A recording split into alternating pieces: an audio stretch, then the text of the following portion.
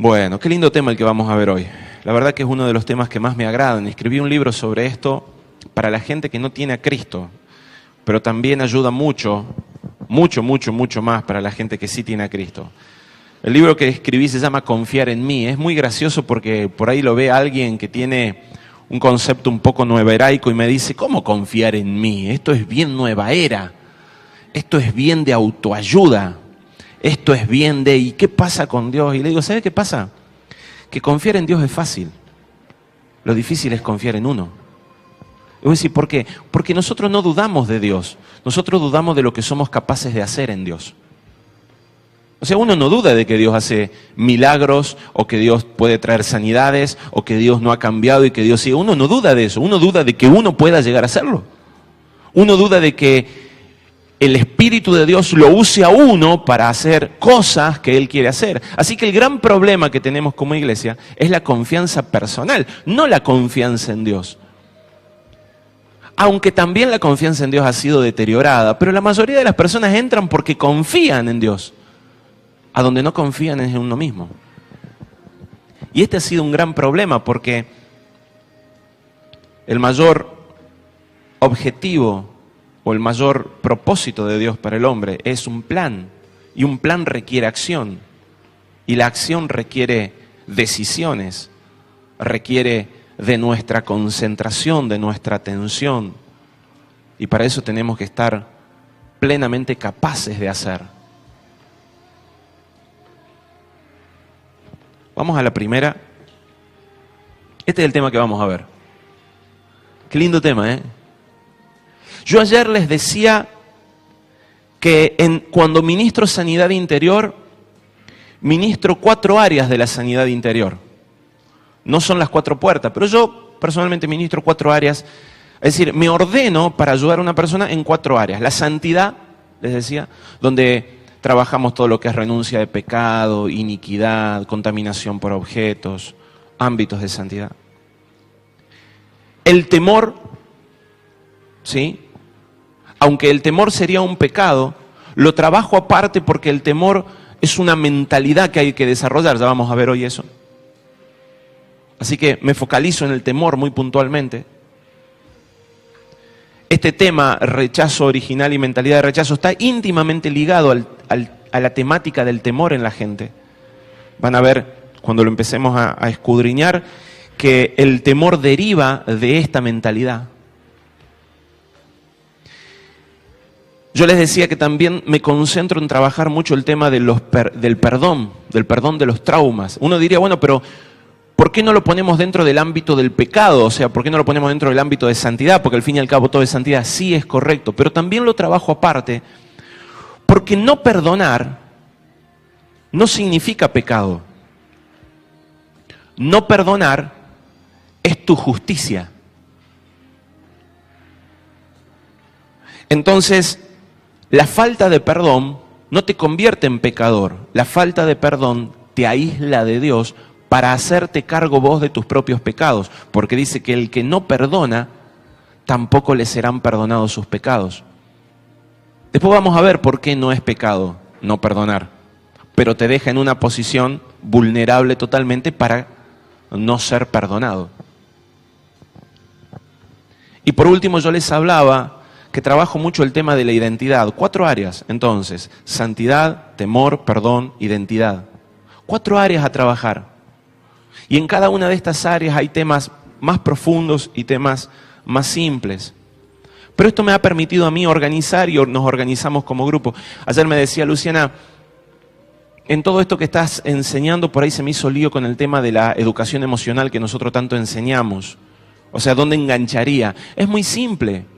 La educación emocional consiste en trabajar 3 emociones básicas negativas, que son la ira, la tristeza y los miedos. Cuando trabajas el tema del perdón, resolves el problema de la ira. Cuando trabajas el tema del temor, resolves el problema del miedo y de la tristeza. Entonces, la educación emocional está incluida en esta forma de abordar la sanidad integral de una persona. Vuelvo a repetir, para cada visión y para cada mirada vas a armar un esquema. Vas a armar un modelo, un diagrama. Un diagrama no te va a servir para la multifuncionalidad de las cosas. Así que quiero que tengas por ahora, a los fines prácticos y a los fines didácticos para que puedas comprender, estas 4 áreas en tu mente para que puedas identificar dónde estás trabajando. Y ahora que vamos a ver mentalidad de rechazo, en realidad estamos trabajando el tema de la identidad. A esta altura usted ya se habrá dado cuenta que nuestra identidad es la de hijos. Y que nuestro mayor propósito es ser hijos.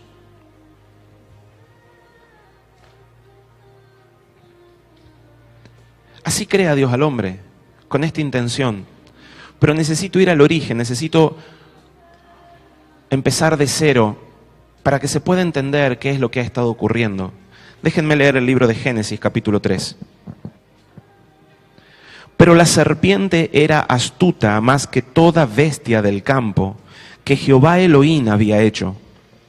Y dijo a la mujer, ¿con que Elohim ha dicho no comáis de ningún árbol del huerto? Y dijo la mujer a la serpiente, del fruto de los árboles del huerto podemos comer. Estoy leyendo la versión textual.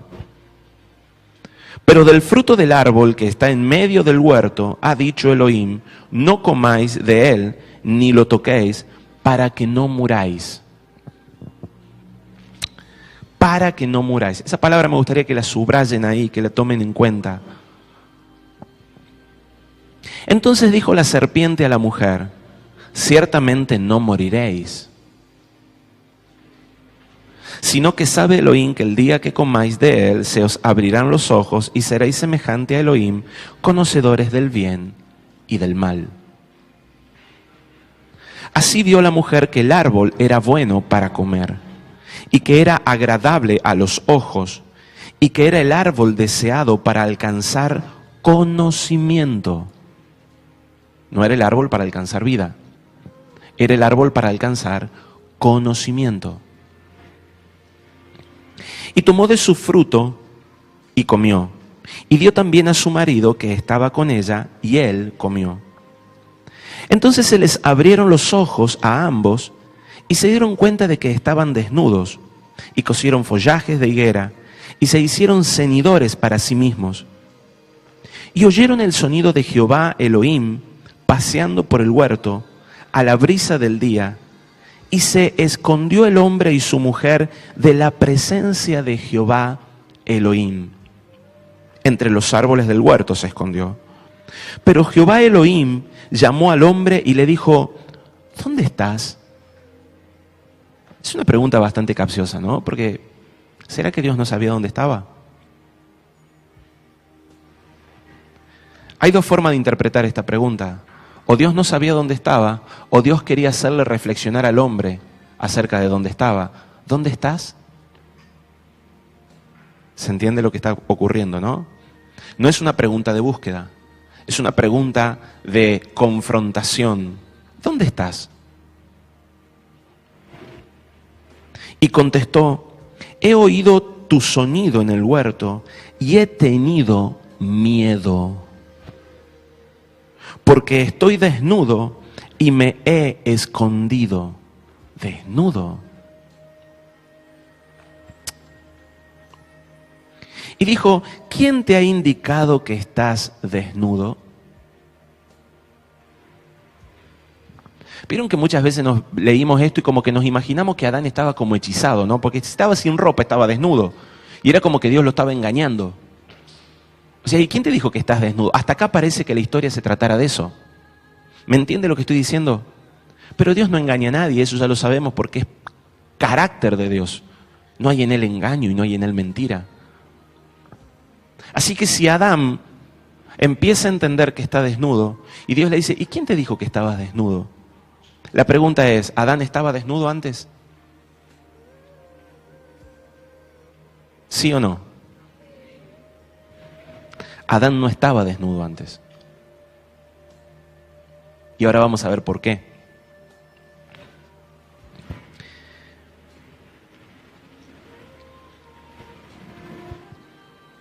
¿Acaso has comido del árbol del cual te ordené que no comieras?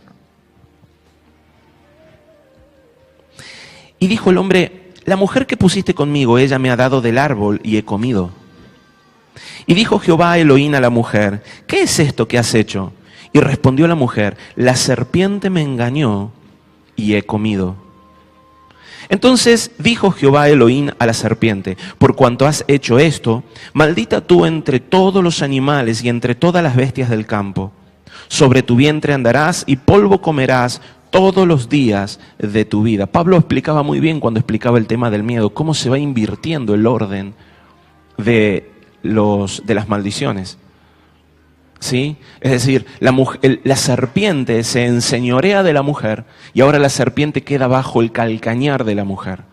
La serpiente engaña al hombre y ahora solo va a comer el polvo cuando el hombre ya no tenga utilidad. Obviamente que esto también es un acto profético, porque ahí es cuando termina de despedazar el ministerio o el imperio del diablo. En ese momento lo termina de despedazar porque lo pone a Satanás entre los muertos y sepulcros, porque le dice, ahora vas a comer el polvo. ¿De qué polvo está hablando? ¿Acaso el hombre no es polvo? ¿Del polvo viene y al polvo vuelve? Todo lo que Dios le deja al diablo es el polvo del hombre. Lo que ya no sirve se lo va a dejar. Por eso es que él se mueve entre los muertos.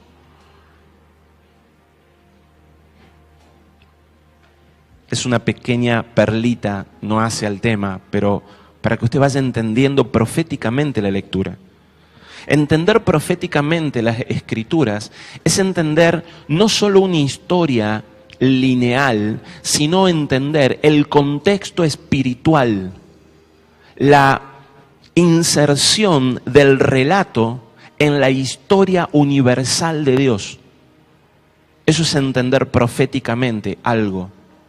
Por eso cuando les dije Adán estaba desnudo, y todos durante años dijimos, sí, estaba desnudo, y ahora viene la serpiente y le dice que está desnudo. Hay una incoherencia en algo. O Dios engañó a Adán, o la serpiente le mintió, o realmente él no estaba desnudo, y después que comió el árbol estaba desnudo.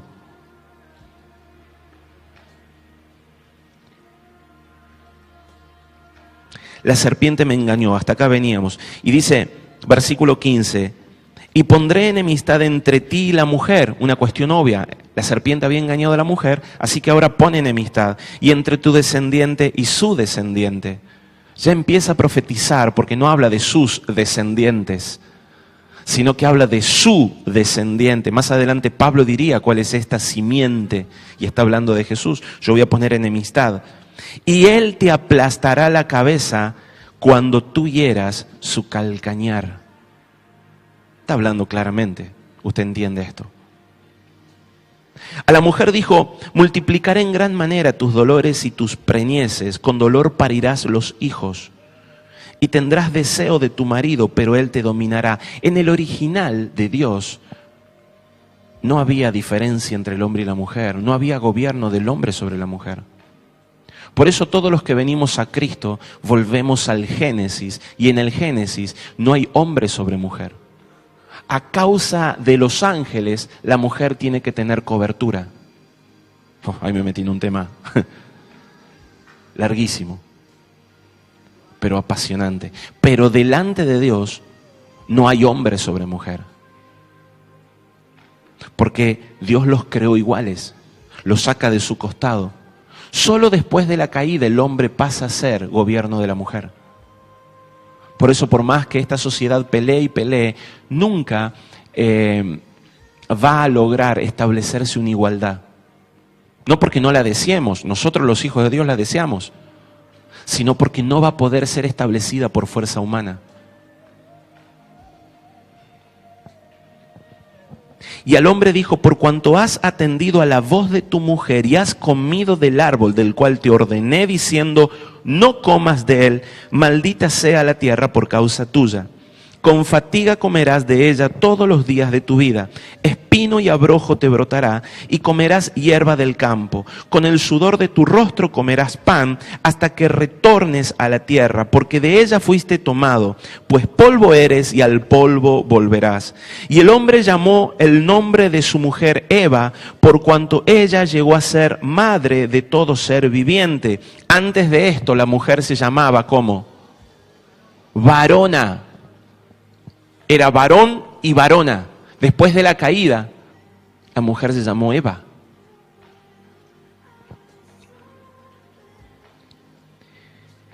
Y el hombre llamó el nombre de su mujer Eva. Y versículo 21, entonces Jehová Elohim hizo túnicas de pieles para Adán y su mujer y los vistió. Túnicas de pieles. ¿De dónde saca las pieles?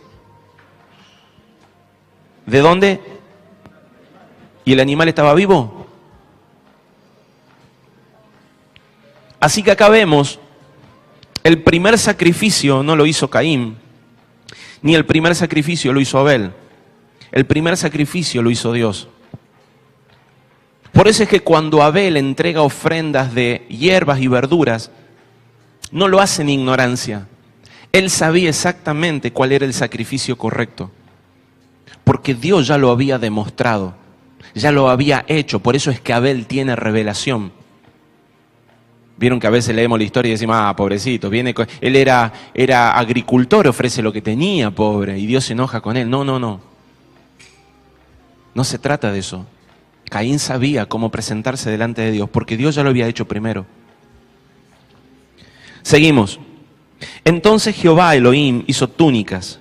Vamos al verso 22. Y dijo Jehová Elohim, ciertamente el hombre ha llegado a ser como uno de nosotros, conocedor del bien y del mal. Y ahora, no sea que extienda su mano y tome también del árbol de la vida y coma y viva para siempre. Jehová Elohim lo expulsó del huerto del Edén para que trabajara la tierra de donde había sido tomado. Y Jehová Elohim lo expulsó. Verso 24. Así pues expulsó al hombre y situó querubines al oriente del huerto del Edén con la espada flameante que se revuelve para guardar el camino del árbol de la vida. ¿Eso está vivo hasta hoy? Yo creo que sí. Si usted me pregunta, yo creo que ese lugar existe hasta el día de hoy. Solo que la humanidad está cerrada sus ojos al árbol de la vida. ¿Sí? No tenemos ese acceso. Dios ya lo diseñó de esta forma. No se distraiga con la gota. Hay algunos que miran la gota. No se distraiga con la gota.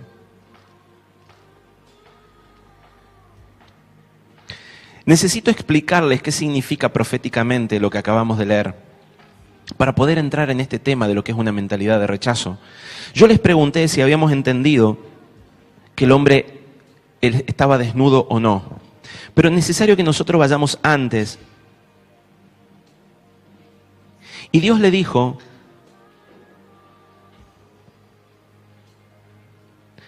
pero del fruto del árbol que está en medio del huerto, ha dicho Elohim, no comáis de él, ni lo toquéis, para que no muráis. Mi pregunta es, cuando Adán comió el árbol, ¿murió? No por lo menos el concepto que entendemos como muerte. Entonces, ¿a qué se estaba refiriendo? No comas, porque el día que de él comieres serás sacado, serás apartado, serás destituido del lugar que te fue entregado. Muerte significa separación. Y Dios le estaba diciendo, en el momento que comas del árbol, vas a ser separado. ¿Separado de qué? De la presencia de Dios, que es el huerto. El huerto es el seno de Dios. Es el centro de Dios. Allí lo puso al hombre. Entonces el hombre, hasta que come del árbol, no estaba desnudo porque estaba cubierto por la gloria de Dios. Más adelante Pablo diría, es necesario que seamos cubiertos de Jesucristo, revestidos de Él. Entonces cuando el hombre come, automáticamente sale. ¿Por qué? Por el pecado, no por el hombre. El pecado que hay en él lo arrastra de la presencia de Dios. Entonces Dios cuando viene dice, ¿dónde estás? O sea, te busco dentro del seno, ¿dónde estás? ¿Dónde estás? En mi seno, ¿dónde estás? Y Adán habla desde afuera y dice, tuve miedo. ¿Cómo no vas a tener miedo si estás fuera de mí? ¿Cómo no vas a tener miedo si no tenés cobertura? ¿Cómo no vas a tener miedo si estás fuera del abrigo de mi gloria, de mi presencia? ¿Dónde estás? Dios no estaba haciendo una pregunta capciosa. Él estaba preguntando, hey, ¿dónde te fuiste? Pensá dónde estás ubicado. Él dije, tuve miedo porque estuve desnudo. Y Dios le dice, ¿y quién te dijo que estabas desnudo? ¿Quién te dijo que estabas desnudo? ¿Cómo sabes ahora que estás fuera de mi presencia? ¿Comiste del árbol? Porque es lo único que podía hacer que vos te quedaras desnudo. ¿Comiste del árbol? Ciertamente comí. La mujer que me diste. Ajá, empezamos. Acá empieza la historia, dice Dios. Y lo que ocurre, usted ya conoce la historia. Ahora, hay una palabra que queda impregnada en el espíritu de la humanidad. Y Elohim, Jehová, lo expulsó del huerto del Edén. Lo expulsa de lo más profundo de él. Lo saca. Así pues expulsó al hombre y situó querubines al oriente del huerto del Edén. Aquí empieza la historia. Por eso se llama rechazo original. ¿Hay un rechazo? Sí, Señor. ¿Hay un rechazo original? Sí, Señor. ¿Dios rechazó al hombre? Sí, Señor.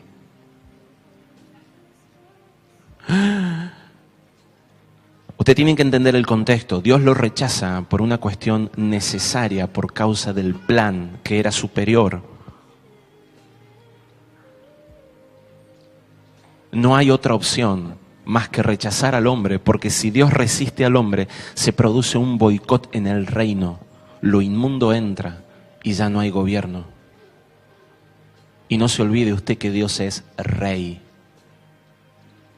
Y Él siempre va a priorizar el reino, porque Él es rey. Su naturaleza es rey. Aparte de padre, Él es rey.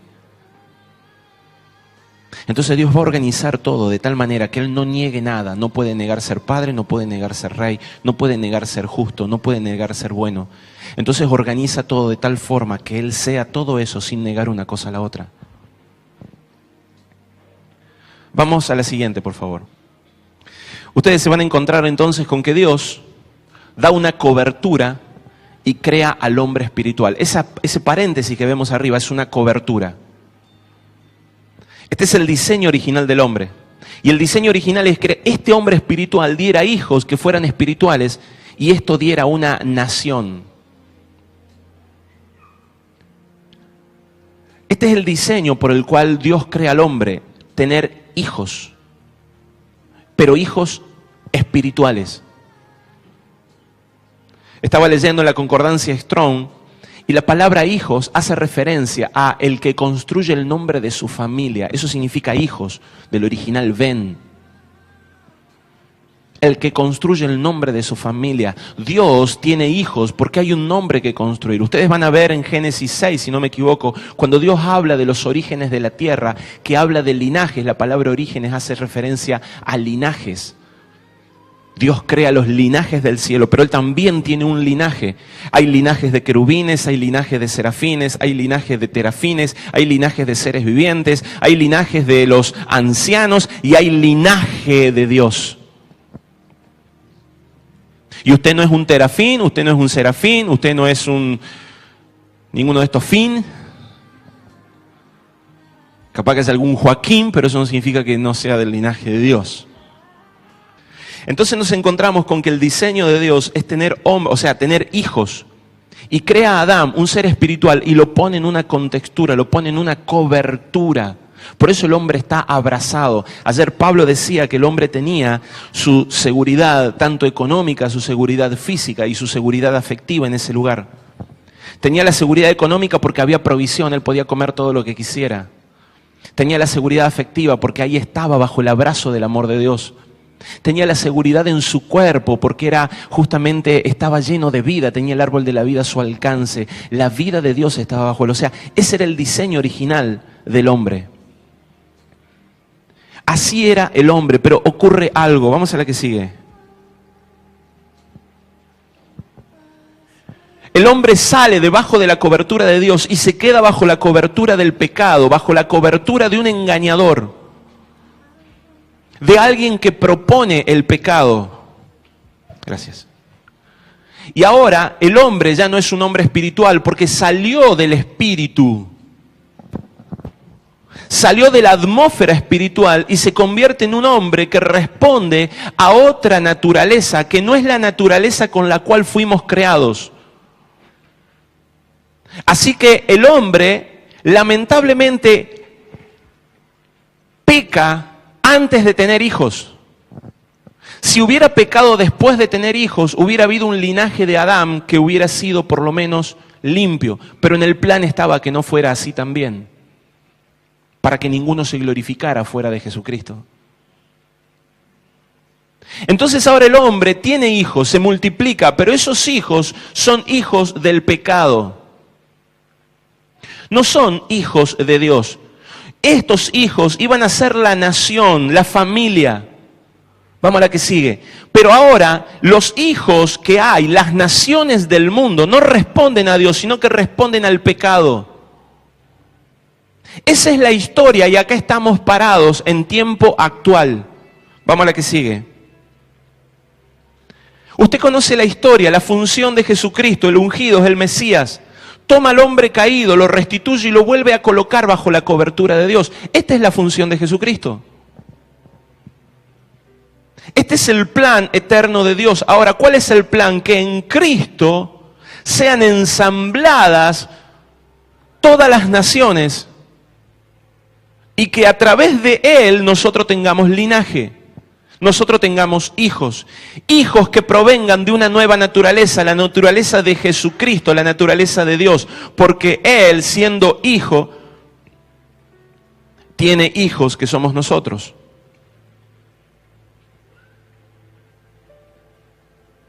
¿Usted entendió ese concepto?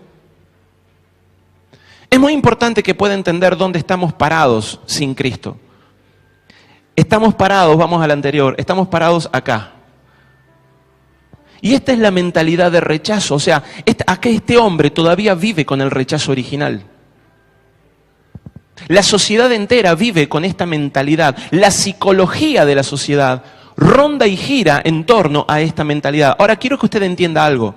Si a lo largo de estos días estuvimos viendo que ser ensamblados en Dios nos llevaba a procesos de conocimiento, este proceso de conocimiento también va produciendo una metamorfosis en tu mente y va cambiando también a los hijos.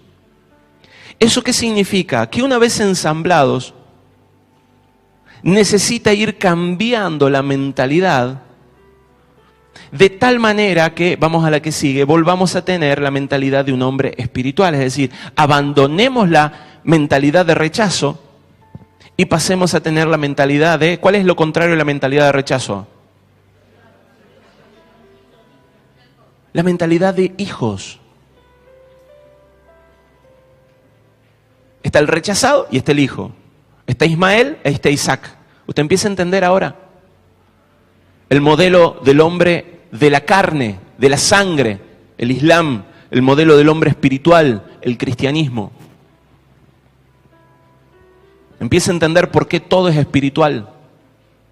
Todo se reproduce en lo natural conforme fue ejecutado en lo espiritual.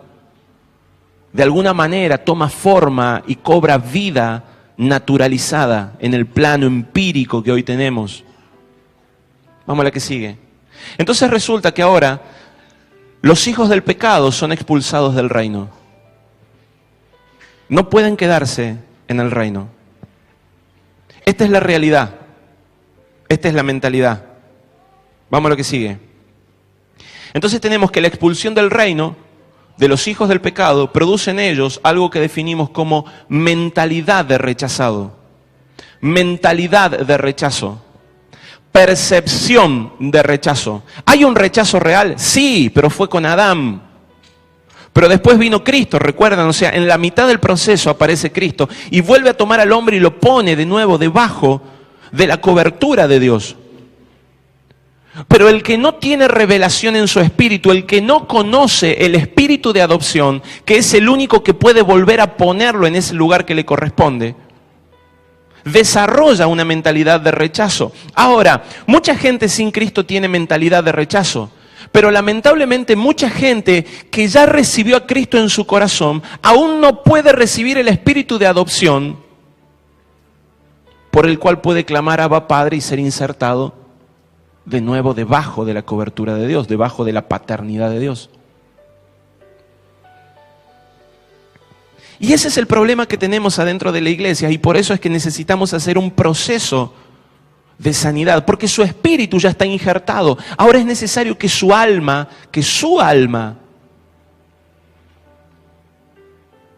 empiece a entender y a creer. ¿Recuerdan que yo les dije que el primer rayo de luz entra en el alma?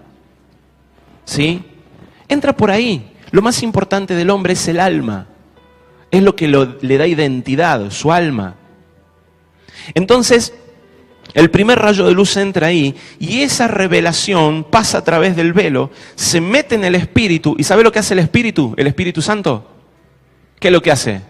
Clava bandera. ¡Tac! El Espíritu Santo se mete en tu espíritu y clava bandera. ¡Pah! Y a eso Pablo le llama las garras del espíritu. Dice, de acá no me mueve nadie. Y se clava. Otra vez en casa. Pero alrededor hay toda una dinámica y estructura que tiene que ir cambiando. Y la luz que va a ir entrando va a trabajar entre el espíritu que está dentro de tu espíritu y el alma que te va a ir dando lugar. ¿Se entiende?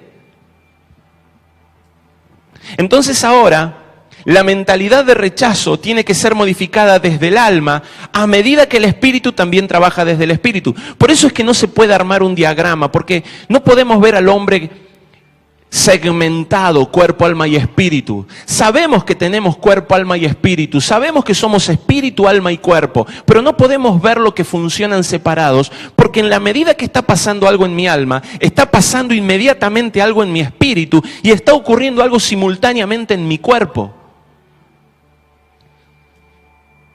Este es el misterio de la Trinidad que también se ejecuta en el hombre. ¿Es posible que mi espíritu esté en un lugar y yo acá? Sí. ¿Y es posible que mi espíritu esté peleado con mi alma? Sí. ¿Y es posible que yo esté peleado conmigo mismo? Sí. ¿Y es posible que esté pasando algo en mi espíritu y a su vez esté pasando algo en mi alma simultáneamente? Sí. Porque es como que desde el Espíritu Santo te dice, presta atención a esto. Y vos desde tu alma conectás con el Espíritu Santo, conectás con tu espíritu que está siendo guiado por el Espíritu Santo y vas resolviendo en la medida que vas teniendo luz. Y viceversa, le vas enviando adoración desde tu alma. Bendice alma mía Jehová. Y el Espíritu empieza a abrir esa brecha, el velo se va abriendo. La luz empieza a llenar todo el atrio. No solo la plataforma, sino ahora todo el atrio. ¿Usted va entendiendo? ¿Va logrando visualizar eso? Hay un trabajo en conjunto del Espíritu y vos. Hay un trabajo en conjunto. Por eso la Biblia, ¿sabés cómo le llama al Espíritu Santo? ¿Cómo le llama? El Consolador. ¿Sabe lo que significa? El Paracleto. Yo cuando me dijeron Paracleto, digo, me está tomando el pelo. El Paracleto. ¿El para quién? Paracleto. Cleto. De la otra cuadra. El Paracleto, el que va al lado, el que te acompaña en el proceso. No va a ir adelante, no va a ir detrás, va a ir al lado tuyo.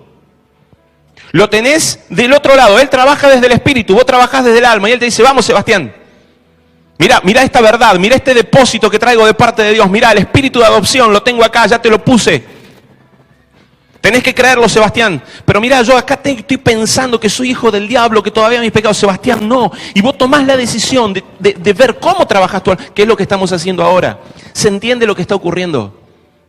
Es un trabajo en conjunto con el Espíritu Santo. Es un trabajo simultáneo de tu espíritu con el Espíritu Santo y de vos, o sea, tu alma tomando decisiones en cuanto a vos mismo. Porque si esto no dependiera del Espíritu Santo trabajando en el Espíritu, ¿qué sentido tendría? Entonces cualquier persona de afuera podría hacer sanidad interior. Por eso, la salud de reino es para gente de reino, porque sin Espíritu Santo vos no podés hacer un proceso de sanidad. Ahora, en el alma está ocurriendo esto que les digo, hay una mentalidad de rechazo. Vamos a la que sigue. ¿Qué es una mentalidad? Mentalidad son las creencias básicas que ordenan y dirigen el estilo de vida de una persona. Mentalidad, vuelvo a repetir, son las creencias básicas que ordenan y dirigen el estilo de vida de una persona. Entonces de repente una persona tiene una mentalidad de miseria.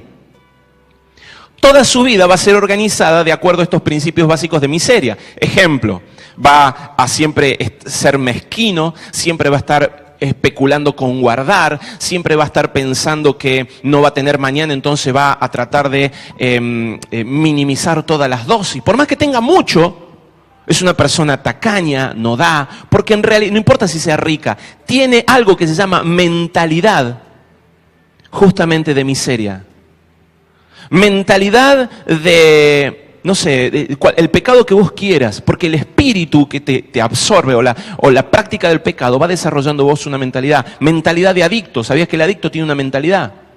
La mentalidad del adicto es una mentalidad de goce continuo, intolerancia a la frustración. Y desarrolla toda una vida en función de esto. Vos lo sacás de las drogas y se mete con el cigarrillo, lo sacás del cigarrillo y se mete con la pornografía, lo sacás de la pornografía y se mete con el alcohol, lo sacás del alcohol y se mete, qué sé yo, con alguna adicción, algún deporte, algo que le produzca algún tipo de placer. Por eso para la psicología del mundo, la psicología sin Cristo, lo mejor que le puede pasar a un adicto es canalizar o funcionalizar su adicción, es decir, convertirla en algo que le sirva para algo.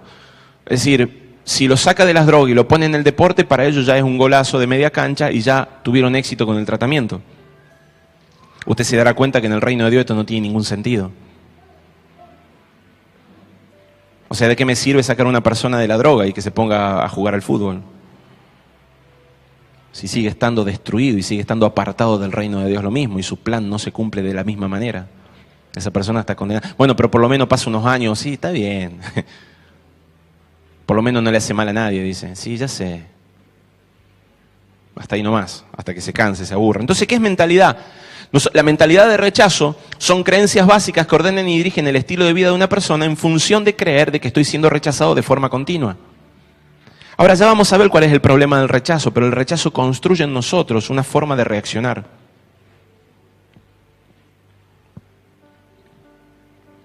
Hasta acá va entendiendo cuál es el rechazo original y hasta acá va entendiendo que todos los seres humanos tienen este concepto de rechazo original.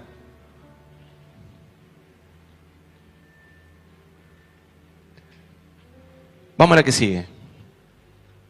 Funcionamiento de la dinámica psíquica del rechazo. Ese ya sonó más técnico. Funcionamiento de la dinámica psíquica del rechazo. Le llamo dinámica al proceso de movimiento. De acá va para acá, de acá sigue esta otra línea. A eso le llamo dinámica. Entonces hay en la energía psíquica, en la estructura psíquica, hay un movimiento cuando en el caso del rechazo esto es lo que ocurre. Vamos a la que sigue. Según la Real Academia Española, rechazo es resistir un cuerpo forzándole a retroceder en su curso o movimiento. Es no aceptar a una persona. Vuelvo a repetir.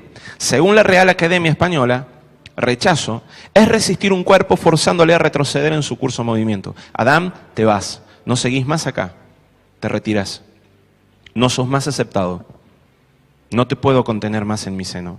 No te puedo tener más en mi huerto. Te tenés que ir. Es no aceptar una persona. Eso es rechazo. Vamos a la que sigue. Ahora, el rechazo es muy importante. Vamos a la que sigue. La formación psíquica y por lo tanto la estructura de sociabilización comienza en el ser humano a partir de la concepción del individuo.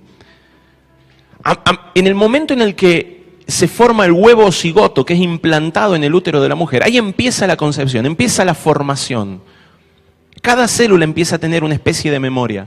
Esa psiquis, esa estructura psíquica que ya viene desde lo más primitivo del hombre, que es su embriología, tiene una función. La psiquis tiene una función y la función es la sociabilización. Sociabilizar, ser sociable. ¿Por qué ser sociable? Porque sin sociabilización te convertís en una persona autónoma, independiente, sin necesidad de relacionarte. Y tu principio de vida es el relacionamiento. ¿Cómo lo sabemos? Porque sin relacionamiento no podrías establecer comunión con Dios. Entonces tu primer relacionamiento, que debería ser con Dios, se representa de la misma forma en tu relacionamiento con tu prójimo. O sea que lo más importante del hombre es su sociabilización. Decí conmigo rápido. Su sociabilización. Ajá. Se te traba, ¿no? Así. Ponete una galletita así bien de esas secas y decir rápido, sociabilización. Y ahí tenemos, la psiquis del hombre está desarrollada para producir en él sociabilización.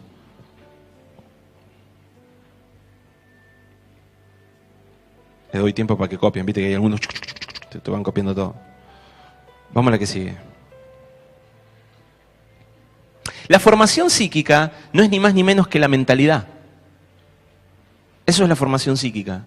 Durante los primeros años de vida, yo les decía, el sujeto es expuesto a una serie de experiencias que determinarán su formateo psíquico. Me gusta la palabra formateo porque estamos en una era muy tecnológica y por ahí la entendemos más, ¿no es cierto? Pero básicamente es darle forma. Forma a la estructura psíquica. La estructura psíquica es la mente. Estructura psíquica no es cerebro. Cerebro es una cosa, mente es otra cosa. Mente es el funcionamiento abstracto del cerebro. El cerebro es el funcionamiento biológico, es decir, lo que vos podés observar. Vos abrís un cerebro y no te vas a encontrar con un pensamiento. Sí, claro. Mira este pensamiento, qué bueno sacás. No existe eso. Pero existe el pensamiento. ¿Cómo sabemos? Y porque todo lo tenemos.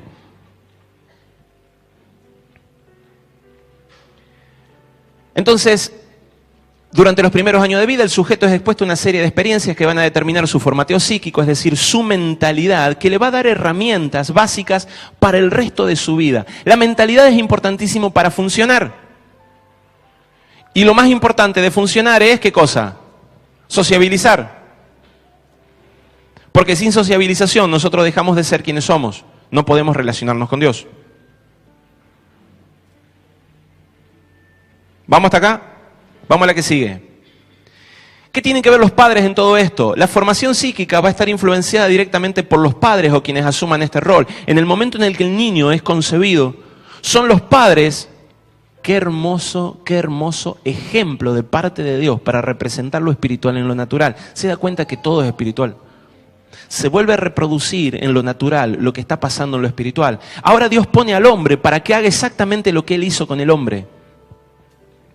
Y le dice, quiero que vos entiendas lo que yo siento. Quiero que puedas comprender la magnitud de esto. Y lo pone al hombre como padre. Y le da justamente la función de darle rol a esta persona. ¿Cuál es la función de un padre? ¿Cuál es la función de un padre? No me diga proteger y todo eso porque sí es obvio. Pero ¿cuál es el objetivo final de un padre?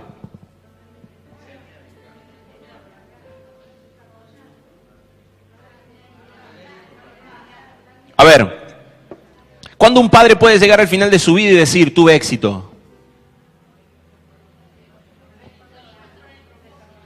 Cuando su hijo entró en su propósito. Para eso le va a dar afecto, para eso le va a dar seguridad, para eso le va a dar recursos, para eso le va a enseñar a amar, le va a enseñar a relacionarse. Todo eso lo va a hacer un padre. Pero el propósito final de un padre es que su hijo cumpla su propósito. Sino para que sos padre. No, pero le tengo que dar afecto, lo más importante. No, está bien, dale afecto y un poco de comida. O sea, no está mal. Pero la función principal del padre es justamente esto. Tienen que asumir su rol. Vamos a la que sigue. Para eso los padres van a desarrollar algo en nosotros. Son los formadores de lo que definimos como la confianza.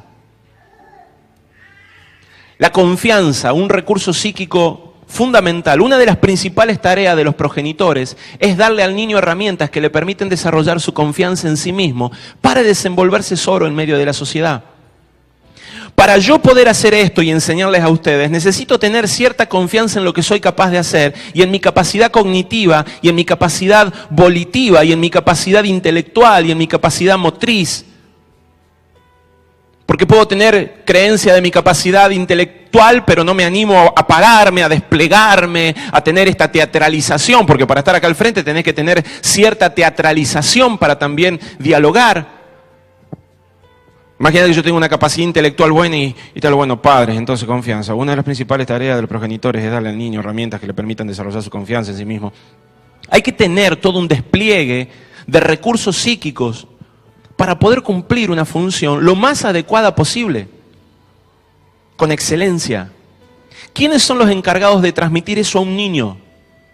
Un padre. Por eso cuando vos vas al acto de tu hijo, que él se para ahí como San Martín, y va tu mamá, y te mira, ¿te acordás? Y te mira. Y vos te ves de grande y vos decís, qué pavo, que soy de San Martín, qué feo, con esos pantalones ajustados que me metiste. ¿Dónde sacaste esos pantalones? El otro día encontré la foto. Tengo que hablar con vos después. ¿No teníamos más ropa? ¿Qué te pasa? Viste que los padres le ponen a los chicos lo que se le ocurre. Mi esposa también le pone, le queda bien, dice, le queda bien. El día de mañana son grandes, ¿viste? Y te dicen, ¿qué me pusiste? Está bien, estamos bajo la custodia de los padres. Pero cumplió su rol. Estaba linda. ¿Qué decís? ¿Qué otra cosa va a pensar vos? Un padre siempre ve lindo a su hijo. Entonces el padre cumple una función, continuamente lo apoya, lo anima, lo lleva, lo expone y a su vez lo protege. El otro día estábamos justo en un McDonald's y un nenito va y le pega a otro. Se ve que eran de madres diferentes. Y yo observé la situación, ¿no? Y fue y le metió un trompadón. Porque venía un nenito contento, iba a jugar con él. Y el otro se ve que tenía mucho perfil de rechazo, porque ni bien se le acercó, le hizo ¡fua! Lo embocó. Y el nene cuando recibió la cachetada, reaccionó y se fue llorando. Y fue hasta la mamá. Y la mamá dice, ¿qué te pasa? Y le dice, no, el nene aquel me pegó, que eso. ¿Y sabe lo que le dijo la madre? Le dice, cuando se te acerque y te quiera volver a pegar, vos le pegás una trompada. Más allá del recurso cognitivo que la madre haya querido implementar o no, ella estaba cumpliendo su función de madre. Le estaba enseñando a defenderse a su hijo. Salgamos de si es correcto o no es correcto, si se promueve o no la violencia, pero con su capacidad y sus recursos, con su sistema de creencia, intentaba transmitirle a su hijo que si alguien le quería pegar o lo quería dañar, que él se defendiera, que no saliera corriendo llorando porque él era grande y él podía defenderse. Así me pasó una vez, me dieron una paliza. Pero bueno. Tengo que pedir perdón, tengo que perdonar eso, ¿sí? Siempre me acuerdo. Bueno, vamos a la que sigue. Ahora, sin confianza, o sea, los padres son los ideadores, son los que promulgan esa confianza. Vamos a ver cómo se va desarrollando. Pero sin confianza aparece en el ser humano algo que se llama disfunción. Si el ser humano no desarrolla esta capacidad psíquica, ya te estoy hablando del alma, que se llama confianza, va a aparecer en el hombre algo que se llama disfuncionalidad. No va a poder cumplir lo que tenía que cumplir. O sea, no me sale, no lo sé, no estoy seguro. Y no hay peor cosa que hacer algo a medias o con duda. ¿Viste cuando vas manejando en el auto? Que decís, paso o no paso, paso o no. Lo peor que podés hacer, o pasado te quedás. Pero cuando entras a dudar, ¡pah! Chocaste, porque venía el otro y vos decís, voy, freno, arranco, freno, arranco. Decís, imagínate que cruzar la calle, freno, arranco, freno, arranco, freno, arranco. El detrás. O si no, esas situaciones, ¿nunca te pasó que venís caminando por la calle y vas por allá y el otro viene por acá? Y va. Lo agarrás, sí, vos por allá, yo por allá. ¿Nunca te pasó? ¿Sabés la cantidad de veces? Venís con centro así, mira. Y sí. Lo peor que te puede pasar es cuando dudás. La falta de confianza, la sin confianza, la desconfianza genera en el ser humano la disfunción. Ahora usted empieza a entender qué es lo más importante para nosotros. 2 días vas explicándoselo, 2 días. ¿Qué es lo más importante? El plan, no se olvide, el plan.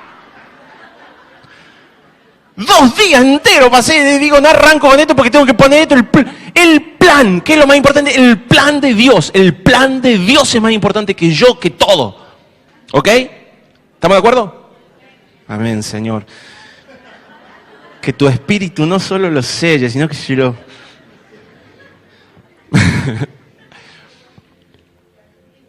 Bien, el plan solo puede ser ejecutado por nosotros en la medida que accionamos. Porque eso es un plan. Es decir, es un plan y el plan siempre requiere de acción. Entonces el plan de Dios solo puede ser ejecutado por hijos que tengan la seguridad de saber quiénes son, para poder hacer lo que tienen que hacer. Entonces empieza a entender dónde el diablo empieza a trabajar, ¿no? Empieza a cascotear algo que se llama la confianza. Y nos empieza a quitar esa creencia. Tiene muchas formas. No aparece de golpe a decirte, vos no sos capaz, porque no es tan tonto de aparecerte con frases así. Él empieza a construir una plataforma de irregularidades. Empieza a construir plataformas de inseguridades y vos empezás a titubear y el que empieza a dudar sos vos por la falta de resultado que ves alrededor tuyo. El que termina pensando sos vos. Cuando esas herramientas que nos dan nuestros padres no son bien enseñadas o aprendidas por diferentes motivos, el desarrollo de la estructura psíquica interna que nos daba estabilidad y confianza estará incompleta y por lo tanto funcionará de forma irregular. La persona no puede sociabilizar, desarrollarse normalmente, porque hay algo en él que no le está permitiendo creer en él mismo. Ojo, esto no aparece mentalmente, cognitivamente en nosotros como un pensamiento yo no soy capaz. Simplemente a veces aparecen como gustos. Nos contaba Pablo cómo él, en su funcionamiento psíquico, había absorbido tanto que él no era capaz de hablar del frente, que ¿sabe la cantidad de veces que discutíamos? Y yo le decía, vos lo que sabés tenés que enseñarlo del frente. Y él me decía, pero hay algunos que están para hablar del frente y otros que no estamos para hablar del frente. Y esto, vos no sabés las discusiones que hemos tenido con este tema. Y hoy empezó hablando 15 minutos, no le puedo sacar el micrófono. O sea, le digo, loco, estás cada vez más parecido a mí en ese sentido. Tiene otra forma de enseñar, pero le gusta hablar. ¿Por qué? Porque descubrió su capacidad. No su capacidad intelectual. Siempre nos llamó la atención el don de ciencia que Dios le había dado, pero ahora descubre que tiene capacidad de poder hablar y que puede resistir las críticas que pueden aparecer después que él habla. Porque para estar acá al frente uno tiene que estar dispuesto a que te critiquen. ¿Sí? Eso siempre forma parte del abanico de opciones. Entonces, cuando estas herramientas no son bien enseñadas, lo que va a ocurrir es que no vamos a funcionar bien y vamos a empezar a generar síntomas que van a expresar el problema. Síntomas. Esos síntomas son justamente los problemas de la vida social. Ya vamos a ver cuáles son. Vamos a la que sigue. Una de las principales herramientas que necesitan los seres humanos para desarrollar esta dinámica psíquica es el amor. El amor es yo le considero la herramienta psíquica por excelencia. La considero, bueno, yo no, o sea, no es que yo le puse esto, o sea, lo que quiero decir es que intento aplicarlo a la psicología y no hay con qué darle al remedio que te da el amor comparado a cualquier otra técnica psicoterapéutica que quieras utilizar. Ejemplo te doy. ¿Nunca te pasó que de repente hay personas que vienen y me dicen, usted sabe, doctor, que yo quiero aprender el programa que usted tiene, que usted hace, la educación emocional, porque ustedes lo han profesionalizado y lo han llevado a un nivel de mucha excelencia? Yo hace tiempo que trabajo con adictos y bueno, y te funciona. Sí, mucha gente ha salido. ¿Y qué hace? Y no, yo paso tiempo con ellos, oramos, les abrazo, les oro, los cuido y te funciona. Sí, claro. ¿Y por qué quiere lo mío?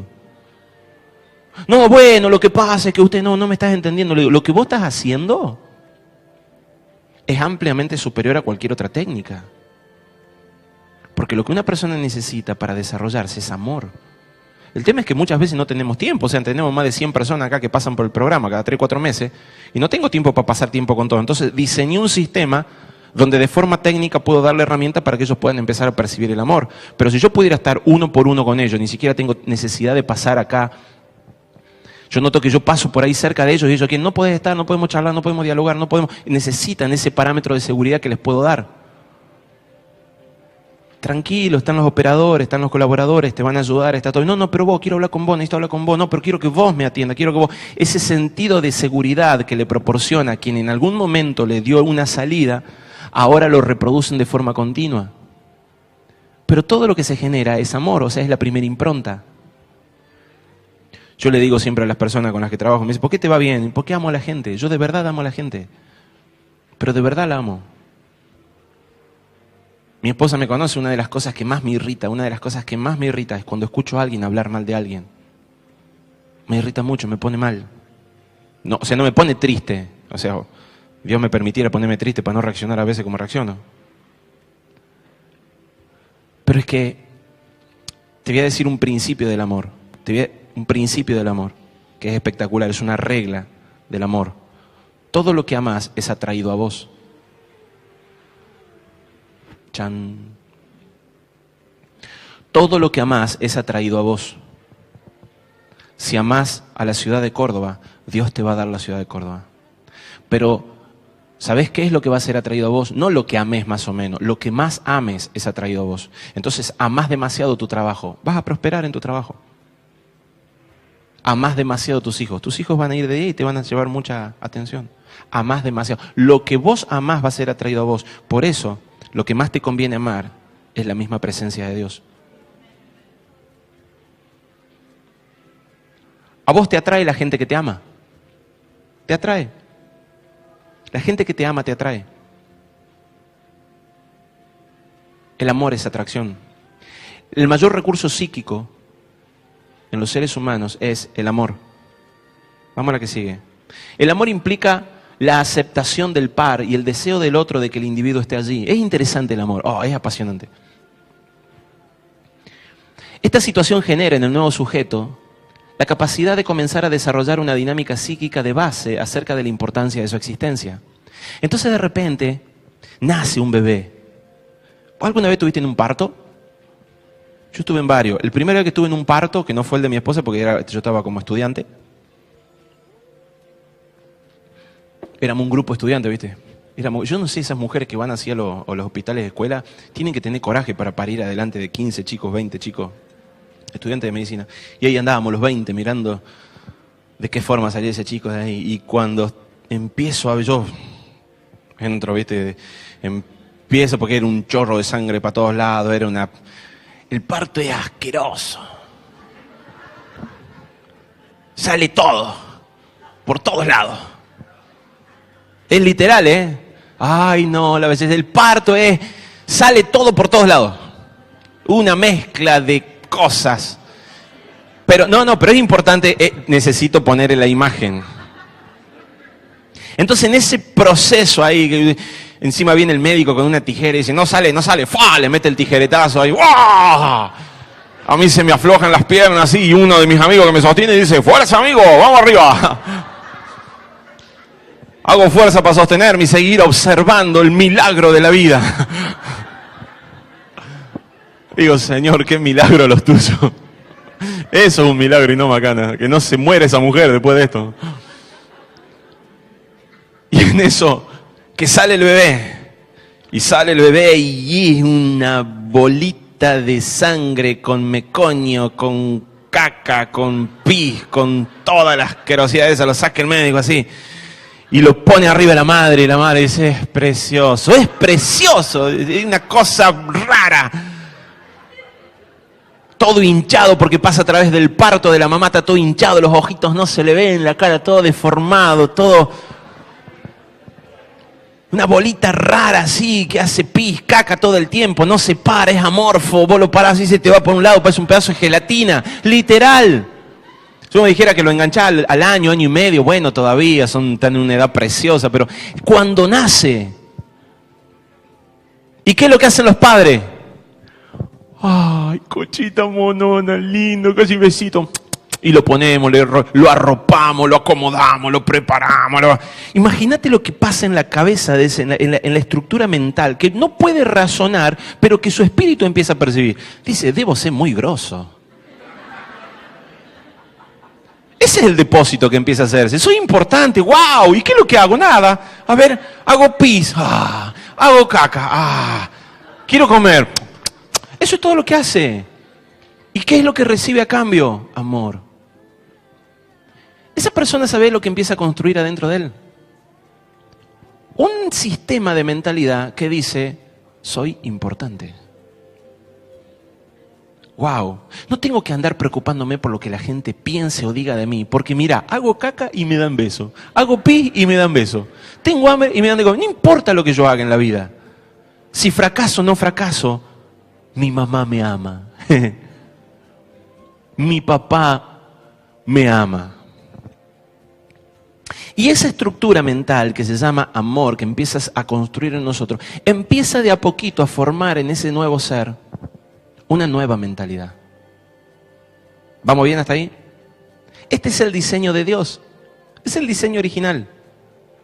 Pero no era que venía caído, sí. Viene caído, por eso es que el diablo tiene acceso. Y hasta ahí viene todo de 10.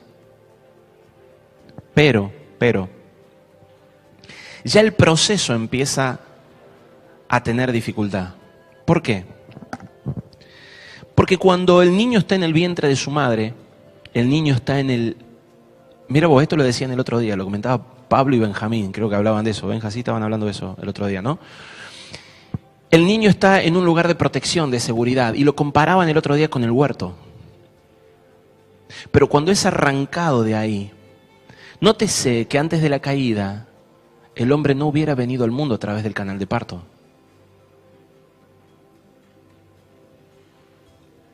No hubiera venido al mundo con dolor. La mujer no hubiera parido con dolor. Pero ese desgarro, ese proceso, ya empieza a generar una impronta, una mentalidad de riesgo, de peligrosidad. El diseño natural de la paternidad es el que les acabo de explicar, pero ya el hombre viene con esta estructura de mentalidad, con esta impronta en lo más profundo. Vamos a la que sigue. ¿Se entendió esto? O sea, por más que el padre le ame, que es el recurso psíquico más importante, ya venimos con esta impronta de rechazo, que ocurre en el espíritu y que se manifiesta en lo natural. Cuando una persona no es amada en su primera etapa de vida, comienza a construir como base de sus dinámicas psíquicas otros fundamentos. Por lo cual, cuando tenga que reconstruir, tendrá que sacar los fundamentos psíquicos viejos y colocar los nuevos. ¿Qué estoy diciendo?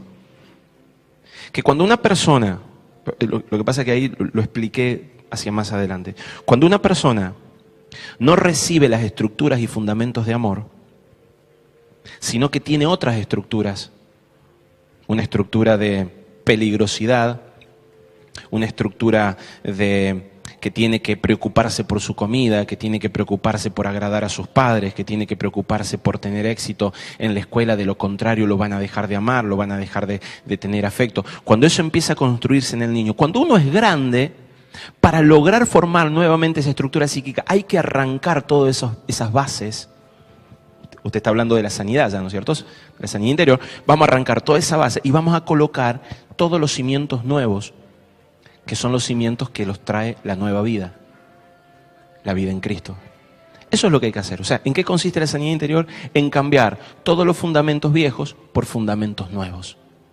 Fundamentos de amor. Vamos a la que sigue.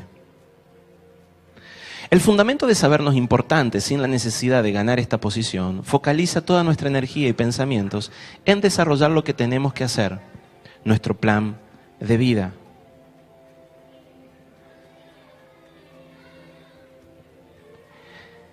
¿Por qué digo el fundamento de sabernos importantes sin la necesidad de ganar esta posición?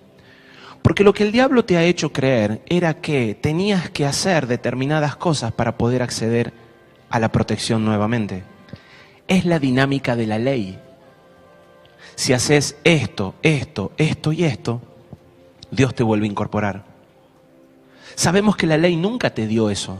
Espiritualmente la ley no te vuelve a posicionar, no te vuelve a injertar, no te vuelve a meter en el huerto, no te pone como hijo. Vamos a la que sigue. Cuando no tenemos los fundamentos de amor, la persona pasa mucho tiempo y energía psíquica en intentar lograr interiormente estructuras de pensamientos que le den seguridad y confianza. ¿Para qué? Para poder moverse. Entonces esas personas, ya vamos a ver después, empiezan a manifestar síntomas como el deseo de ser aprobados por los demás para poder hacer cosas. Si me aprueban, me siento seguro. Si me siento seguro, soy capaz de predicar el Evangelio.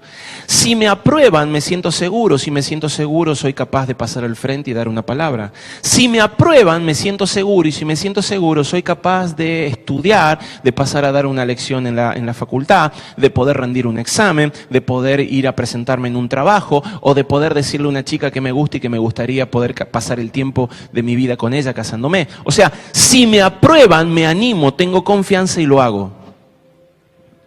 Entonces se pasa mucho tiempo a lo largo de la vida intentando la aprobación. Si tengo dinero, soy aprobado. Si tengo si tengo una buena apariencia, soy aprobado. Si soy más flaco, soy aprobado. Si soy buen padre, soy aprobado. Si mis hijos se portan bien, soy aprobado. Si no cometo pecados, soy aprobado. Si me descubren los pecados que tengo, soy reprobado, así que no voy a decir mis pecados. Si levanto mis manos en la iglesia, soy espiritual, soy aprobado. Empieza a entender cómo la aprobación empieza a constituirse para nosotros en una especie de adicción para desarrollar inconscientemente algo que nosotros le llamamos confianza. Por eso es tan difícil escuche esto, por eso es tan difícil, la confianza excesiva desarrolla el orgullo. Es decir, cuando una persona es hiperestimulada en su error, le va a desarrollar orgullo. Entonces, una persona que tiene necesidad de aprobación, agarra una guitarra, se pone a cantar y miles de fans aparecen en Twitter, esa persona empieza a desarrollar algo que se llama aprobación. Y él empieza a creer, yo soy muy bueno con lo que hago. Su necesidad de aprobación fue satisfecha y ahora empieza a desarrollar una muralla que dice, nada me toca esto. Eso es el orgullo. Yo les decía que era una muralla que impedía la revelación. Esto en celeste es todo el sistema de la autoconfianza. Pero el sistema de la autoconfianza es sostenido por algo que llamamos sistema de creencias. El sistema de creencias no es ni más ni menos que la misma fe. Es el nivel de revelación que nosotros tenemos. Sistema de creencias. Que se manifiesta desde lo más profundo del alma, pero que también se manifiesta del Espíritu. Recuerden lo que yo les digo, el Espíritu Santo, que es el Paracleto, que trabaja en conjunto con nosotros desde el Espíritu, es el que pasa toda la información correcta, la verdad. Pero solo nuestra mente, nuestra alma va a filtrar eso y va a dejar pasar. Así que el sistema de creencias va a ser el conjunto de pensamientos entre espíritu y pensamientos. Eso va a conformar el sistema de creencias. A los fines prácticos llamémosle sistema de creencia a las creencias profundas, no importa de dónde viene. Ahora, ¿de qué se trata? El sistema de creencia permite que yo desarrolle la autoconfianza. Y estos cuadraditos que pongo acá son como ladrillitos. Cada ladrillito es un acto de amor. Entonces comienza a proteger ese sistema de creencia que viene de lo más profundo del espíritu y que se transforma en nosotros, en una plataforma de vida que desarrolla en nosotros un recurso psíquico llamado autoconfianza. ¿Me van siguiendo? Cuando esta muralla empieza a ser construida desde nuestra concepción, va desarrollando esta capacidad y esta capacidad nos permite a nosotros ejecutar el plan. La autoconfianza, el creer en lo que somos. Yo soy un hijo, creo en eso, realmente lo creo. Ahora, ¿qué ocurre? Cuando uno de esos ladrillos falta, ya sea que alguien los arranca, ya sea que no los pusieron en su lugar, aparece algo que llamamos trauma. Ese es el trauma. Y se mete el trauma, y el trauma es interpretado. Y aparece lo que llamamos la interpretación. La palabra trauma significa herida. La palabra herida significa hueco, horadar. Recuerden que hay un pasaje bíblico que dice, al que aportillare vallado, lo morderá la serpiente. Al que hiciera un hueco en la muralla, se mete la serpiente. Así dice el proverbio. Espiritualmente esto es lo que ocurre. Usted va a ver que hay un hueco en nuestras estructuras de contención de afecto. ¿Y quién es el que aprovecha? La serpiente. Eso fue lo que le pasó con Eva. Eva tenía todo esto contenido por Dios, pero de repente, ella decide obedecer. Cuando obedece a la serpiente, se produce un trauma, se desgarra el espíritu y se produce un hueco. Cuando se produce el hueco, entra la palabra de la serpiente. Y ahí es donde entra el sistema de creencia. Estamos desnudos. ¿Quién te dijo? Si yo nunca te enseñé eso. ¿Cómo puedes decir que estás desnudo? ¿Cómo entró esa creencia? ¿Cómo pudo entrar ese pensamiento en vos? ¿Quién te enseñó? ¿Quién lo puso adentro tuyo? La serpiente. Y ahí suelta la maldición.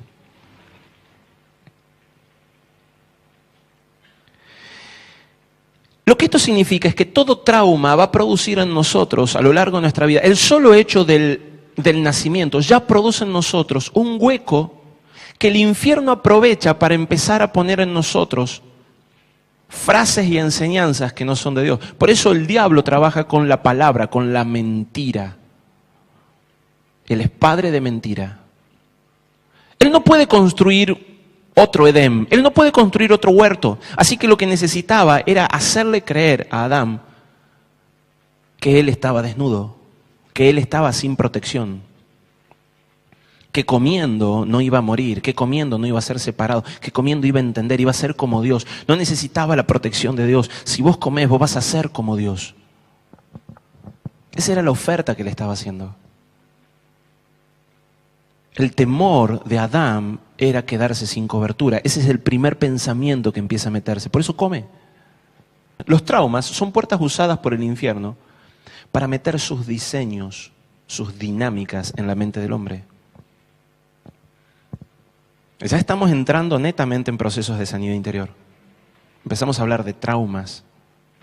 Empezamos a entender cómo el trauma está directamente asociado a una mentalidad de rechazo. A la tarde vamos a estar viendo cuáles son los diferentes tipos de trauma que podemos tener y cuáles son las diferentes manifestaciones. Pero necesito que usted pueda comprender hasta ahora cómo es la dinámica. Si este asunto no se soluciona, usted no va a desarrollar algo que usted necesita, que se llama identidad, que se llama autoconfianza. Yo creo, yo confío. ¿Sabe? La palabra confianza es superior a la fe. ¿En serio? Sí, en serio.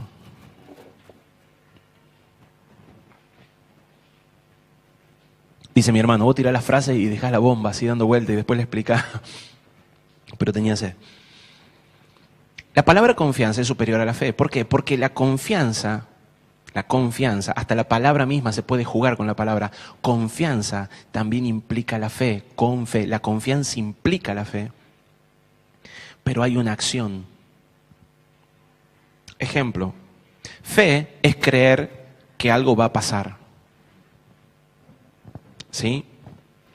Confianza, ¿sí?, es ejecutarlo. Acércate un poquito, Juan. Que hasta ahí nomás, a ver, un segundo. ¿Tenés la llave? ¿Dónde está? Arrójala. Eso fue confianza. Él me la arroja sabiendo que yo le iba a aceptar, pero no bastaba con solamente saberlo. Él ejecuta una acción porque está tan plenamente seguro del asunto que solo puede ser consolidado a través de la acción. ¿Se entiende? La confianza es cuando la fe es puesta a prueba a través de la acción. Gracias. Por eso es que Santiago más adelante dice que tu fe sin obras es muerta. ¿Qué dice Jesús acerca de la fe? Que es como una semilla. Que si uno tuviera la fe como un granito de mostaza, esa fe podría mover una montaña. Pero lo menciona como el árbol más pequeño, como la semilla más pequeña que construye el árbol más grande. Ahora Jesús hace referencia a la fe como una semilla. No dice que esa semilla va a mover la montaña, dice si tuvieres fe como un granito de mostaza, te será suficiente para poder decirle al árbol, correte.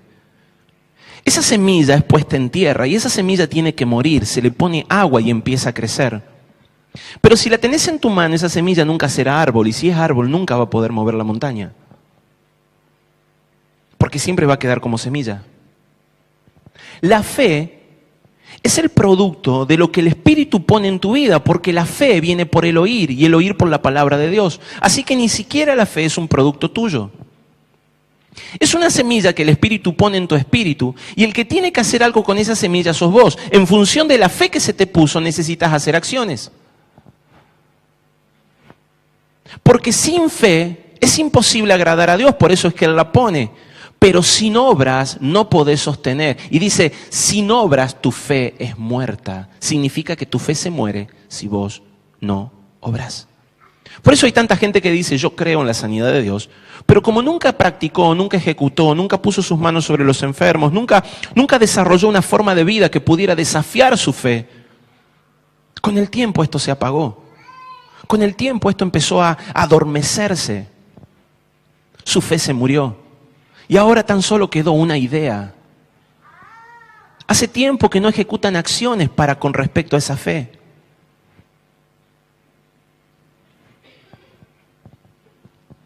A veces estamos acá y el Señor nos dice, tenemos que hacer otro desafío. Y le pregunto a la iglesia, ¿tenemos fe? Así, a veces los reúno a los líderes y le digo, ¿tenemos fe de que vamos a hacer esto? Sí, tenemos fe. ¿Tenemos fe que la plata va a alcanzar? Sí, claro. Pero fíjese cuál es la fe de la gente. Yo tengo fe, gastá lo que hay en la iglesia porque yo tengo fe que el Señor va a proveer. No. La plata de la iglesia, o sea, el alfolí de Dios es de Dios. Si tenés fe, tenés que tenerla para con vos. Qué fácil es tener la fe en el otro. Yo tengo fe que vos vas a cruzar el río. Dale, métele. Uno tiene fe sobre otro, eso es fácil. O sea, no te podés colgar de la fe de otro. Eso no te es contado por valor. Yo tengo fe de que vos vas a poder, ¿sabes? Te tengo fe a vos. ¿Y? ¿A dónde está tu riesgo? ¿Cuál es tu gran riesgo? Ahora decir, yo creo que Dios va a proveer. Ah, sí, ¿cómo lo vas a demostrar? Tomá. Acá está todo. ¿Sabes por qué? Porque estoy tan convencido que Dios va a proveer que Él me va a dar el dinero para poder proveer.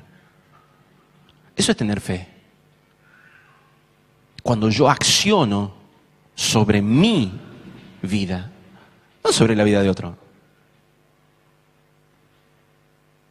Yo tengo fe que mi marido se va a convertir. ¿Y lo tratás como tal entonces?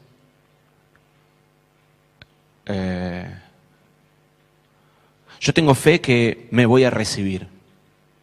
¿Y te estás organizando entonces para poder trabajar en ese momento y lo que vas a hacer? O sea, tener fe en algo que pueda hacer otro, en lo que pueda llegar a venir, no tiene ningún tipo de valor, no tiene ningún tipo de sentido. La confianza es la capacidad de poder aplicar acciones a la fe que yo he recibido. Entonces, si Dios me dice de que yo soy su hijo, con todo lo que esto implica y con toda su herencia, tener confianza es utilizar esa fe y vivir conforme a esa fe. ¿Qué hace un hijo de Dios con los logos que tenés en tu remera? Si sos hijo de Dios. ¿Qué tiene que ver lo que hizo el hijo del pecado con lo que tiene el hijo de Dios? Cuando el hijo de Dios tiene comunión con el hijo del pecado. ¿Desde cuándo lo que hace el hijo del pecado gusta a los que son del hijo de Dios? Los miro como si ustedes fueran los del pecado, ¿viste? Pero no vivimos conforme a lo que hemos recibido. Empezamos a vivir conforme a una idea. Por eso cuando la gente me dice, sos un poco exagerado, hay otra forma de vivir, amado. Es que soy hijo de Dios, o sea, literalmente es lo que soy. Literalmente, cuando yo entre en planos celestiales, porque ya estoy en planos espirituales, pero cuando entre en planos de cielo, los ángeles, que van a tener autoridad para presentarse al igual que yo, me van a mirar y me van a decir, qué parecido a tu papá que sos. Y van a dialogar entre ellos y van a decir, él es Sebastián. Porque ese soy yo. Soy de la familia real. El que creó el mundo, me estoy agrandando, ahorita a medida que voy hablando me voy agrandando. El que creó el mundo es el mismo que me dio vida a mí y me dio potestad para hacer lo mismo. Así que estoy practicando, espérame, un par de milenios quizás, pero espérame. De verdad, vamos a vernos dentro de un par de milenios a ver qué tantas cosas hemos hecho. Estoy aprendiendo, me estoy desarrollando. El diablo ha utilizado los traumas como puertas justamente para cambiar la mente del hombre en las estructuras de la autoconfianza, en la estructura de lo que puede aplicar sobre la fe que ha recibido. Vamos a la que sigue. Una vez generado el trauma, se produce dentro de la psiquis la interpretación de rechazo. Y ahí aparece la mentalidad de rechazo que ya toma la mentalidad de rechazo que se produce en el alma, toma coexistencia con la mentalidad de rechazo que hay en el espíritu por cuanto no ha recibido el espíritu de adopción. Y ahí se unifica espíritu y alma y se fortalece, ¿se entiende? Esta interpretación es básica para que el infierno pueda obrar. Vamos a la que sigue. Para provocar esas dinámicas psíquicas en el hombre llamadas rechazos, el diablo necesita puertas que le den acceso. Esas puertas son los traumas. Vamos a repasar algunas cosas. Vamos a la que sigue. Cuando el hombre vive traumas que infectan sus fundamentos psíquicos, que le permiten sociabilizar, comenzará a actuar de forma coherente con sus dinámicas internas, por lo cual intentará obtener algo que ya tiene pero que no lo sabe. Aprobación e importancia. El hombre, cuando ve que le faltan esos huecos, cuando ve que algo le está entrando, que tiene pensamientos de desprotección, tiene pensamientos de abandono, tiene pensamientos de falta de seguridad, pensamientos de falta de aprobación, pensamientos de falta de salud, porque todo eso empieza a entrar cuando tenés un trauma, va a pasar toda su vida intentando buscar esto. Entonces el hombre, en consecuencia, pasa toda su vida buscando salud, dinero y amor. Salud, provisión y afecto. Entonces, la misma gente que está dentro de la iglesia aún viene dentro de Dios y se pone en la posición de siervo tratando de mendigar lo que ya le fue concedido. Yo como padre por ahí tengo que darle órdenes a mis hijos y ellos tienen sus mañas. Entonces le digo a mi hijo, a Nicolás, hijo, ya tiene una edad donde ya le empiezo a dar órdenes para que acomode sus cosas. Anda a acomodar tus juguetes. Y él viene y se me pega. Hijo, anda a jugar tus juguetes. No, es que yo quiero darte un beso porque te quiero mucho. Yo sé que lo está haciendo de forma mañosa. Pero esa dinámica es la que muchas veces hacemos con Dios. Hijo, necesito que entregues todo porque te voy a llevar a conocer lo que es sufrir por el Evangelio. Oh, así le dijo Pablo. Y vos le decís, ay Señor, es que yo quiero que vos me digas que me amás. Porque fui abandonado, fui rechazado, fui dejado, fui lastimado. Y sí, ya sé, yo estuve con vos, te olvidás. O sea, ya te ministramos, te dimos besitos, te mimamos. Hace 25 años que estás en la iglesia y ya tenés mucha serenidad interior. Ya, hijo. No, pero Señor, es que yo no sé por qué continúo con estos pensamientos. ¿Y por qué, hijo, no lo estás soltando? No lo estás soltando. Entonces nosotros pasamos toda una vida buscando esa contención que ya tenemos. ¿Y sabes lo que ocurre? Te perdés de vivir el plan de Dios. Entonces en vez de estar en una vida tipo A, estás en una vida tipo Z. Porque no cumplí el plan B, el plan C, cumplí el plan Z. Parece tarjeta naranja ya. Porque invertimos nuestra vida intentando conseguir lo que ya se nos dio. Aprobación, seguridad y afecto.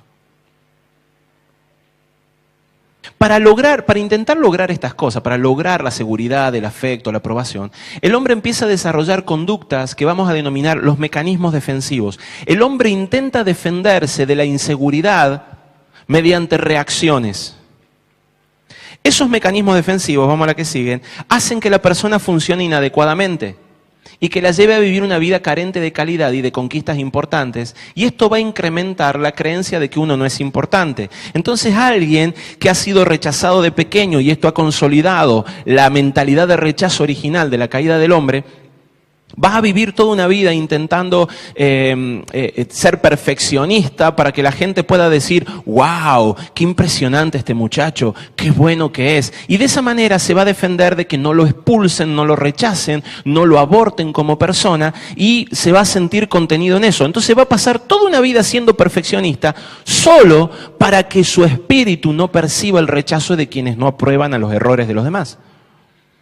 Y esto puede convertirse en otro tipo de síntomas, vuelvo a repetir, son mecanismos defensivos que vamos a estar viendo después, pero hace que las personas sean agresivas, que las personas sean retraídas, que las personas sean evitativas, que las personas sean tímidas. Y uno no sabe por qué vive lo que vive, pero en el fondo siempre se trata de defender una percepción de rechazo.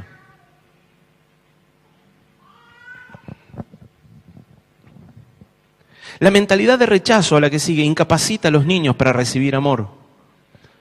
Por eso es que a la gente le cuesta tanto recibir de Dios. Es una mentalidad, actúa de esta forma. La mentalidad de rechazo organiza todo en su vida para que los demás lo rechacen. Yo conozco gente que tiene percepción de rechazo, pero que sinceramente a veces dan ganas de rechazarlo. De verdad, hablábamos con Luciana. Pareciera que los ronda una organización espiritual que hiciera todo para que lo rechaces. Te voy a dar un ejemplo.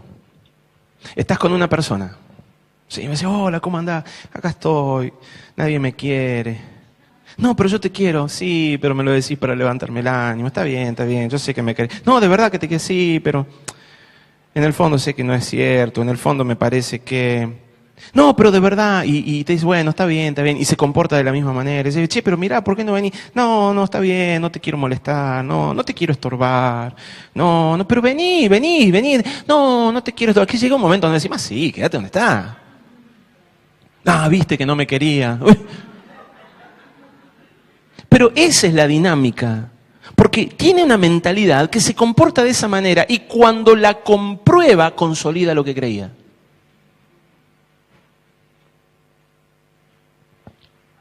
Ya empezás, no te pongas a pensar en la gente, ¿viste? Vos empezás a decir, este le vendría bien para... No pienses en la gente, piensa en vos. Si no es para vos, listo, espectacular. No te pongas a pensar en los demás. Sí, su comportamiento será influenciado por esta carencia, porque tendrá ausencia de autoconfianza, por lo cual siempre va a ejecutar formas sobre los demás con el objetivo de cumplir las normas que pueden hacerle adquirir aceptación. Tengo un poco palabras técnicas ahí en el medio, pero lo que estoy tratando de decir es que nosotros vamos a intentar satisfacer las normas de los demás, vamos a ser temerosos del hombre. Cuando una persona tiene este problema, se convierte en un pastor que no puede adorar porque está pendiente de la reunión. Entonces vos intentás adorar, pero estás pensando, quedan 15 minutos para que se hagan la 1 y la gente está acá. ¿Qué hago? No me va a quedar tiempo para la palabra. Estás pensando en lo que opina el hombre. Pastores, líderes, cuando van a hacer un culto, miren a Dios. Cuando van a hacer una reunión, miren a la gente. Tiene que definir qué es lo que usted tiene en su iglesia o qué es lo que quiere hacer. Pero el culto adora, la reunión entrena. Pero a veces queremos hacer reuniones y que funcionen como culto. Es una ofensa. Es una ofensa a Dios. Vamos a la que sigue. Ya estamos terminando. Es importante aclarar que la autoestima no está afectada la mayor parte de las veces. Me interesa mucho aclarar esto. No es la autoestima la que está afectada. El amor propio no es algo que se vea afectado. ¿Sabías eso? Viste que la gente dice, me falta autoestima. No te falta autoestima. Nah. Te querés demasiado vos. Justamente el problema que tenés es que amás más tu vida que la vida de Dios. O sea, no es que te falta autoestima. Autoestima es el amor propio.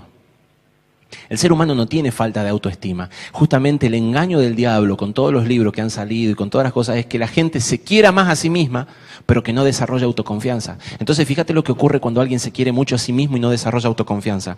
Me quiero mucho, no me gusta, como me quiero tanto, no me gusta que opinen mal de mí, no me gusta que me critiquen, no me gusta que me discutan, no me gusta que me digan que algo no es así, porque me amo demasiado, pero eso sí, no tengo autoconfianza, así que no soy capaz de exponer un tema, así que mejor me quedo quieto, me callo, no hablo, me introvierto. ¿Por qué? Porque me amo tanto que no quiero que los demás me boicoteen. Igual, timidez. El tímido es, no, es que yo tengo baja autoestima. ¿Qué hago baja autoestima? Tengo un orgullo marca Acme. Es un orgullo que se despliega alrededor del tímido, tiene un orgullo que se despliega alrededor de su vida. El tímido dice, yo no quiero que nadie opine mal de mí. Eso es orgullo. No me van a venir a decir lo que está mal a mí. No lo soporto, no lo tolero. A mí no me rechaza nadie. En cambio, el que no tiene autoestima, le da lo mismo, pasa al frente, es un payaso, es el ridículo. O, bien ubicada, es la vida de Pablo. ¿Sí? Estimo mi vida como pérdida. Señor, para mí el morir es ganancia. Y el vivir es Cristo, Señor. Entonces, cuando las personas confunden autoestima con autoconfianza, el problema que desarrollan es que es muy probable que sigan fortaleciendo el amor propio y sigan sin desarrollar la capacidad de hijos que Dios nos ha dado. Lo que está afectado en realidad es la autoconfianza. Vamos a la última.